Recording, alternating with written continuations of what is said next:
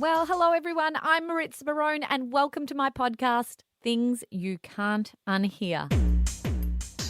Well, today I want to talk about personal life growth and how it happens to us and how we can promote more growth to come into our lives. It's intrigued me. Over the many personal development books, podcasts, videos, and articles I've watched and read over time, many of them talk about that moment of realization when people become aware they need to make a change in their lives to actually be happy. A majority of the time, what I've noticed is it's always after someone has hit the lowest point in their life, such as a serious illness or a broken down marriage or relationship or financial doom and gloom, that they call a tipping point or rock bottom, that they are then forced to make a change in their life because there's no other way left to turn then. You've reached the bottom and the only way is up. All the other options have been exhausted, so now you must try something different. Otherwise, well, we know how it's going to end. But I have a problem with this because why do we allow ourselves the illness, the mental breakdown, the breakup to actually force us to decide consciously to make change in our lives if we're not happy, if the life that we are living is not serving us? Why can't we choose to grow through pure choice, to grow as a person before disaster hits us smack in the face? As it turns out, there's a study that has been done on how we grow as a person. And I recently learned about this in a Mind Valley blog, which, by the way, if you haven't started following Mind Valley, please do. It is amazing for personal growth. Now, these are Japanese concepts. They're called Kensho and Satori and are two very different paths to life growth. So Kensho is growing through pain, which is what I just described, where your life changes through drastic measures that you perceive to be disastrous, which then forces you to feel, think, and be in a new way. When pain enters our life, it forces us to make a shift. And it's painful, of course, and it hurts. And we want the pain to go away. So we start changing things up. Satori, on the other hand, is growth through awakening or through insight, through choosing to selectively learn and feed your mind with ideas and concepts that allow you to have that aha moment as you're walking down the street or cleaning your house or during a meditation, or as you're writing in your journal or reading a book or cooking dinner, whatever it is. You're doing your thing and that moment, that idea comes to you and everything really clicks and it's enjoyable. It could be a brilliant new business idea. It could be the answer to a problem you've had.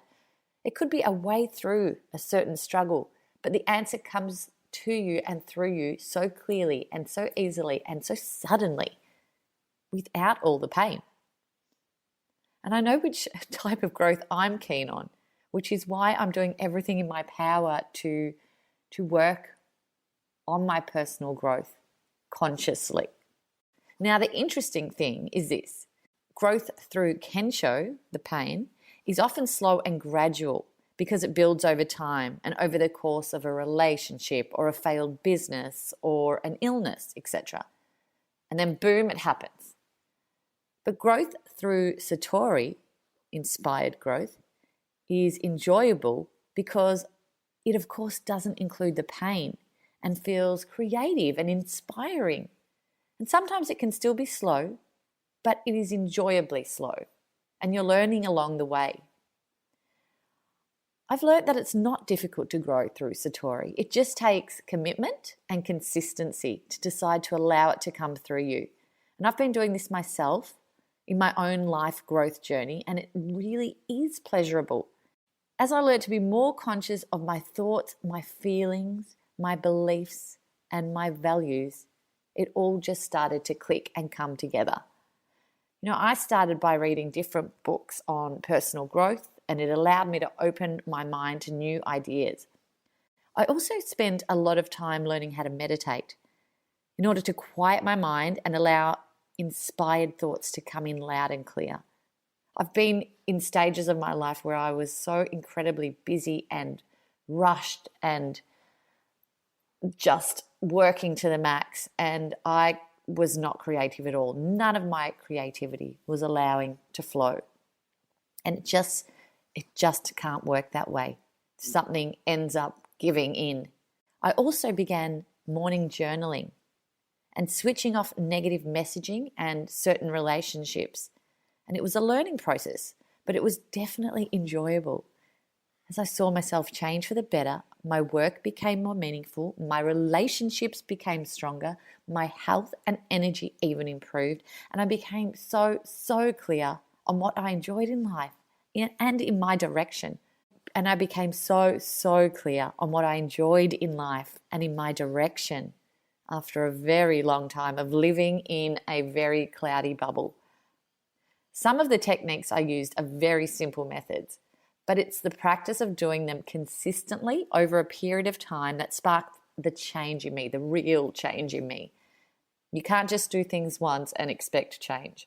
You can't just read one book and expect change. You can't just do one meditation and expect change. So as many people kept coming and asking me how I found my clarity, I decided to create some action cards for people to use as a powerful starting point to transformation and personal growth. And I called them 30 Days Of. What you do with these cards is you select a card to follow for 30 days to awaken your mind to a new perception and awareness. Not only for yourself, but that's the starting point, but also for the people around us and the world we live in. You know, as I said, it's a starting point to spark clarity and inspired growth in your life and allow you to experience the Japanese concept of Satori, which I think we should all strive for. Now, you can find these cards on my website. It's maritzabarone.com/shop. I've been handing them out as gifts to friends who are seeking change and want to see a shift in their lives. And I am just living for the feedback. I recently actually had a large corporation buy a deck of these 30 Days Of cards for all of their staff in order for them to seek growth together as a company. And I thought that was so beautiful. It's also really fun to do as a couple or in friendship groups, so you can bounce ideas and insights off each other. And when you're around like-minded, positive people encouraging your change, it makes it more enjoyable and more powerful.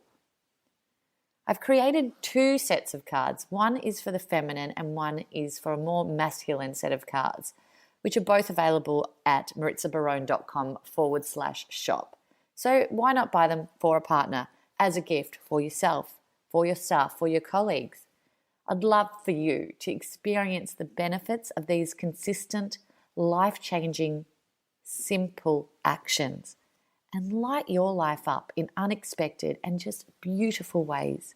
What will your starting point to change be? We don't want to live in a world that's not particularly bad, but not particularly good either. Choose growth, choose inspiration, choose clarity. Thank you for listening to today's show, and for each and every one of you for listening to every episode you've spent your time on. I just love hearing all of your feedback through the messages I receive, so please keep them coming. We now have a standalone Instagram page, which is simply called @ThingsYouCan'tUnhear. So please head over and click follow to stay in touch there. And if you haven't already, subscribe to my show and leave me a rating and review so other people can find me more easily. And most importantly, remember, be happy, be healthy, be conscious, and be kind.